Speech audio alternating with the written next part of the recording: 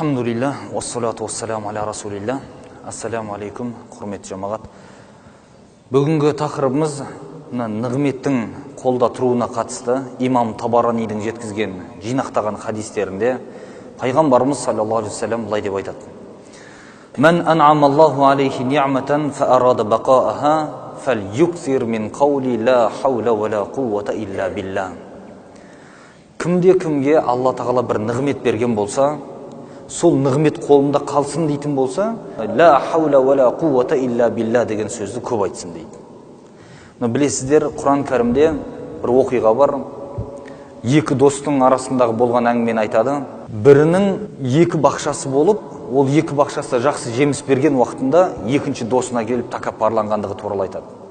Мына жеміс мен бақшам ешқашан құрып кетпейді, қияметте болады деп ойламаймын дейді жаңағы. Сонда жанындағы дос айтқан оған насихат ретінде: "Валаула из дахалта джаннатака культа ма ша Аллаху ла қуввата илля билля."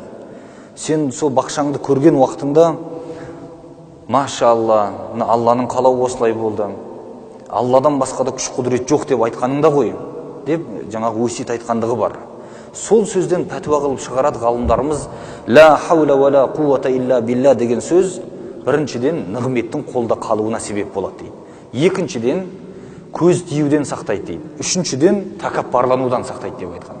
Өйткені оның мағынасы Алладан басқа да күш құдірет жоқ деп, нығметтің баршасын беруші Алла екендігін мойындағандығынан болып есептеледі деген. Алла тағала ниетімізді қабыл етсін.